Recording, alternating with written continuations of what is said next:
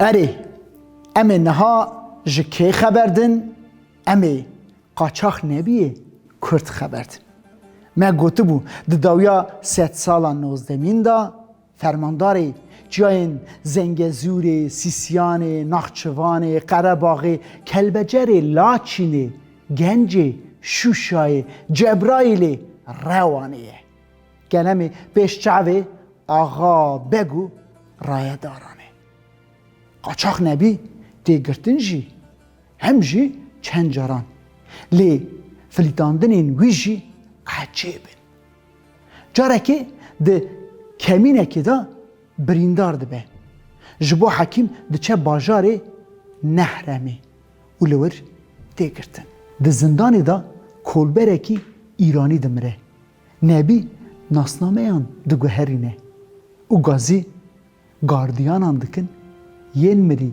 وک نبی را دستیوان دکن دمه که شوندا جی نبی به ناسنامه یا وی کولبر ایرانی ده بردن جاره که جی ل داش کسانی به ایخانتا مالخی مالی او مهدی برای وی دخوی دا تنگرتن هجر نله گلوان بیه به بیهستنا خبره به یکینک ده او فرماندار دیل دکره جه بلگه نامه که دستینه ده چه نبی جزندان خلاصت که هجر هلبت افتشت دور به دورن هجر جی تگرتن ایجا نبی چد که لی بنیرن ایلونا سال 1800 نوت پینجانه هجر گران نخاشت که نبی وی تینه و لگل دیاخو لگنده مولایا جیرین دهیله لیخاجا رایداران چید به و تین هجری به نخاش دگرنده بن نبی به بیهستنی دین ده به تی دورا باجر ده پیچه و جه رایدار راشی نامه که دشینه ده بجه آن هجری برده آن جیازی باجر خالیک دست پیدکن و جه گرین دورا باجر ده برگلان رای دار ده ترسه و هجری برده ده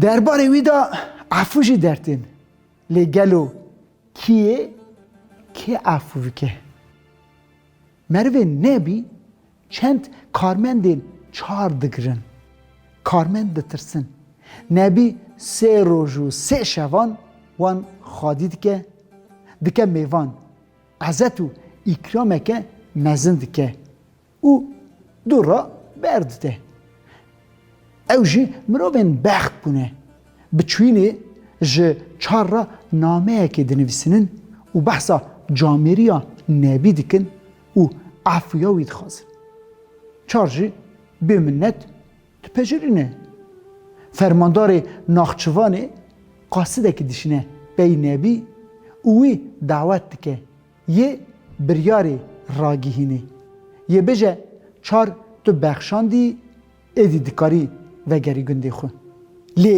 نبی چد به حیا 4 داوی ظلما رایدار آغا و بگان نینه فقیر و فقاران آزاد نکه عرض پاراوان بلاو نکه از دانا کوم دشتی او دانا کوش جبر که تم ده تقیبات ده گرجستانی، ارمنستانی، آذربایجانی، ایران، توران و کردستانی جیه کاپ هسپوی لی نکتیه نامینه جبو ریا خو بده وندا کرن گه ده جای آگریه و آگری وید ده جبیر کرن دنیا صافی دبه نبی ج آگریه هز دگره دبه آگر dikeve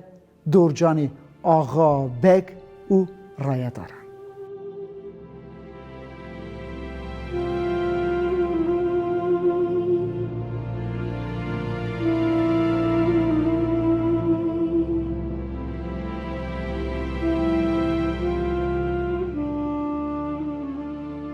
Di dawiyê de rayedarên çar, şah û padşah ji bo nebî ji holê rakin li hev dikin. Hemû axa û begên sînoran jî rêxistin dikin. Ya ku bi şer nikarin, dixwazin bi îxanetê bikin. Sîxur ji bo vê bi kesên der û dora nebî re dikevin tekiliyan. Du merivên nebî yên herî bêbawer hebûne. Şah Hüseyin û Axa Hüseyin. Her du birane. Hevjîna Paşabegê Quliğê çar meriva hevjîna Şah Hüseyin bûye. Hevjîna Paşabegê ji hişê hevjîna Şah Hüseyin tijî dike. Dibêje gêjê hevjînê min ê bibe walî, yê jî bibe fermandar. Em ê bixwin vexwin kêf bikin. Hene zêr û xelat jî didî. Îmana wê jê distêne. Jinik jî dikeve dorcanê Şah Hüseyin. Di dawiya dawî de wî ji rê derdixe.